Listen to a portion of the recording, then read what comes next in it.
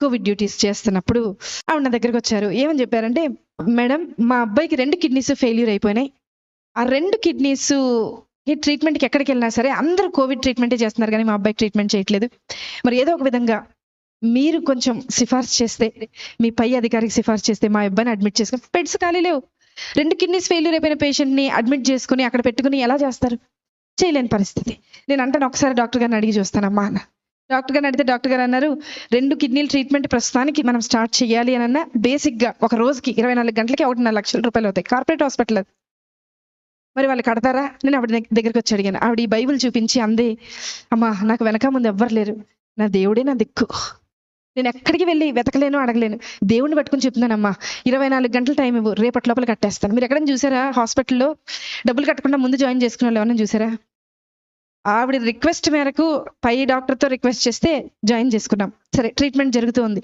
చూస్తూ ఉన్నా, మొదటి గంట చూసా ఆవిడ ఏం చేస్తుంది, ఎవరికైనా మెసేజ్లు పెడుతుందా, ఎవరికన్నా వాట్సాప్లో మెసేజ్ పెట్టి డబ్బులు ఏమన్నా డొనేషన్ లాగా గ్యాదర్ చేస్తేమో.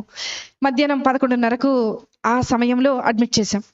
12:30 అవ్వింది. అందరినీ అడిగా, ఆవిడ ఉన్నారు కదా, ఆవిడ ఏం తిన్నారో ఒకసారి అడుగుతారంటే మా నర్సులు అందరూ అన్నారు, మేడం ఆవిడ మోకరించింది, ప్రార్థన చేస్తుంది, అసలు మేము వెళ్తున్నా పక్కకి తప్పుకోవట్లేదు మేడం, మేము అలాగే ట్రీట్మెంట్ చేసి వచ్చేస్తున్నాం అన్నారు. సరే, ఆవిడని డిస్టర్బ్ చేయొద్దు. మధ్యాహ్నం 1:30 అయింది, చూశాను ప్రార్థన చేస్తుంది. సాయంత్రం 4:30 అయింది, చూశాను ప్రార్థన చేస్తుంది. రాత్రి 6:30 అయింది, చూశాను ప్రార్థన చేస్తుంది. రాత్రి 9:30 అయింది, చూశాను ప్రార్థన చేస్తుంది. రాత్రి 11:30 అయింది. అంటే ఆవిడ మోకరించి 12 గంటలు అవుతుంది, ప్రార్థన చేస్తుంది. 1:30 రాత్రి, 1:30 అర్ధరాత్రి ప్రార్థన. ప్రొద్దున్న 4 నెక్స్ట్ డే స్టార్ట్ అయిపోతుంది, రౌండ్స్ స్టార్ట్ అయిపోతాయి, సెక్షన్ స్టార్ట్ అయిపోతుంది, అన్నీ స్టార్ట్ అయిపోతాయి, ట్రీట్మెంట్ స్టార్ట్. మాకు స్టార్ట్ అయిపోయింది, కానీ ఆవిడకి మాత్రం ప్రార్థన ఎండవల. 7:30 ప్రార్థన. మరుసటి రోజు 8:30 ప్రార్థన. 9ంటికి బిల్ వచ్చేస్తుంది జనరేట్ అయ్యి. ఆ రోజుకి డే స్టార్ట్ అవ్వాల్సిన బిల్ వచ్చేస్తుంది. బిల్ వచ్చింది. అందరు పేషెంట్స్ రౌండ్స్ అయిపోయినాయి, ఈవిడ దగ్గరికి వెళ్ళాలి. నా పైన ఉన్న డాక్టర్ అడిగారు, అమ్మా ఆవిడ బిల్ కట్టారా అని అడిగారు. నేను చెప్పబోతున్నా, నాకు భయం వేస్తుంది. ఎందుకో తెలుసా, ఆవిడ కట్టకపోతే నేను కడతానని చెప్పాను ఆయనకి. కానీ ఆవిడ ప్రార్థన చూసి నేను అనుకున్నా, కనీసం ఒక 75% నేను కడదాం, ఏదో చైన్ ఉంటుంది కదా, మా ఆయనకి తెలియకుండా అమ్మేసి కట్టేసేద్దామని అనుకున్నా. తెలిస్తే ఒప్పుకోరు కదా అనుకున్నా. ఆవిడ దగ్గరికి వెళ్తున్నాం, స్థలం లేక స్టెప్స్ కింద పెట్టారు, ఒక స్ట్రక్చర్ వేసి అబ్బాయికి ట్రీట్మెంట్ చేస్తుంది. అక్కడికి వెళ్ళేలోపు, అడుగు అక్కడికి పెట్టేలోపు డాక్టర్ గారు అన్నారు, నా పక్కన డాక్టర్ గారు అన్నారు, మేడం హాస్పిటల్ అని అన్నారు. చెప్పండి సార్, ఏదో మీరు చెప్తున్నారు అంటే ఇంకా కొంచెం టైం దొరుకుద్దేమో, ఏదైనా ఆన్సర్ ఆలోచించి ఆయనకు చెప్దాం, ఎందుకంటే ఆవిడ ఇంకా కట్టలేదు, ప్రార్థన అవ్వలేదు ఆవిడది అక్కడ.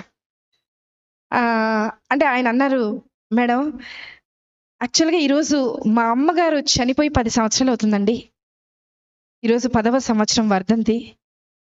వాళ్ళకి చెప్పేయండి మేడం, వాళ్ళకి ఫ్రీ ట్రీట్మెంట్ చేసేద్దాం, వాళ్ళ దగ్గర రూపాయి కూడా తీసుకొద్దాము. నేను వెళ్ళి లేపానామండి, లేపి తీసుకొచ్చాను. బిల్లు కట్టక్కర్లేదు నువ్వు అన్న. నాకు తెలుసు మేడం, నా భర్త వదిలేసి వెళ్ళిపోయినా, నా బిడ్డ నా చెయ్యి దాటిపోయినా, నన్ను ఈ లోకంలోకి తీసుకొచ్చిన యేసయ్య నా చెయ్యి విడిచిపెట్టడం. ఒక మాట చెప్పనా, ఆవిడ సెటప్ బాగాలేదండి, చీర మొత్తం చినిగిపోయింది, బ్లౌజ్ చినిగిపోయింది, జుట్టు సరిగా దవ్వలేదు. నేనన్నా, నీ బయట గెటప్ బాగోలేదు, కానీ నీ లోపల సెటప్ విశ్వాసం మాత్రం చాలా బాగుంది. మాకు నన్ను కూడా కలుపుకున్నా, మీతో పాటు నన్ను కూడా కలుపుకున్నా, మాకు గెటప్పులు బాగున్నాయి, పనికి రాని గెటప్పులు ఇవి, కానీ లోపల సెటప్ లేదు. బయకి గెటప్ బాగుంది, ఏ ఉపయోగం? ఎక్కడ ఎత్తుకుతున్నారు ఈరోజు? వద్దాం ఏసై దగ్గరికి, వద్దాం ఏసై దగ్గర ఎత్తుకుతాం, ఏసై దగ్గర వెతుకుతాం.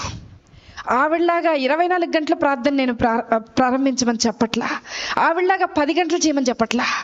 విసుకక్క ఆయన సన్నిధిని వెతుకుతూ ఉందాం, విసుకక్క వెతుకుతాం, మళ్ళీ మళ్ళీ వెతుకుతాం. ఖచ్చితంగా నిశ్చయముగా ఆయన నీ పక్షాన కార్యము జరిగించును గాక. ఆమేన్.